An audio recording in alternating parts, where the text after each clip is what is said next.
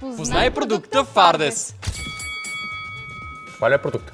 Не. Има копче, тук трябва да е за USB. На какво ти прилича? Какво смяташ, че е? Може да е Powerbank или да е външен хард диск. Кое е според теб? Външен е SSD, най-вероятно. Погледни какво е. Какво е това? Ти го виждаш и пак не знаеш какво е. Ми не позна. Точка за мен. Къде е продукт? Да. Не знам. Предположи. Добре, това наистина прилича на линия, обаче Фардес няма линии. Много е остро, прилича ми направо като някакво гребенче е това.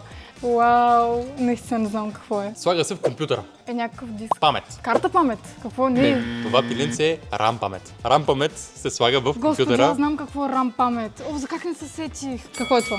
Давай, мисли какво е. Няма чакай. Така, тостер някакъв тук ми прилича, такаш. Тук има нещо за... Да, това е тостер.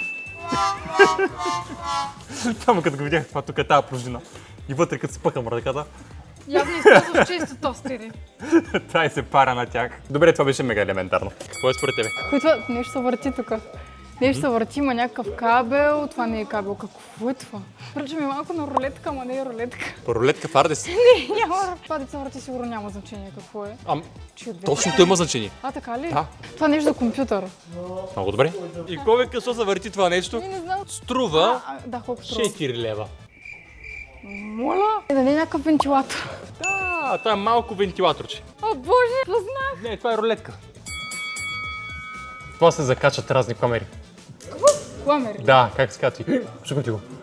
Нещо натиснах. Ако е продукт на Арда, съм го шупил. Продукт на Арда си. И се продава в Ардес. Да. Това го май го чупил. Това тук трябва да се закачат листовете. Не е такова. Абсурд! Не е такова. Продукт на Ардес. Гейминг продукт е. Гейминг продукт. Да. Под 100 лева е. То е до 100 лева това нещо. Има пружина. И тук се шахат листите. Прилича, но не е. Как не се сещаш? Предаваш ли се? Да. Добре, виждам.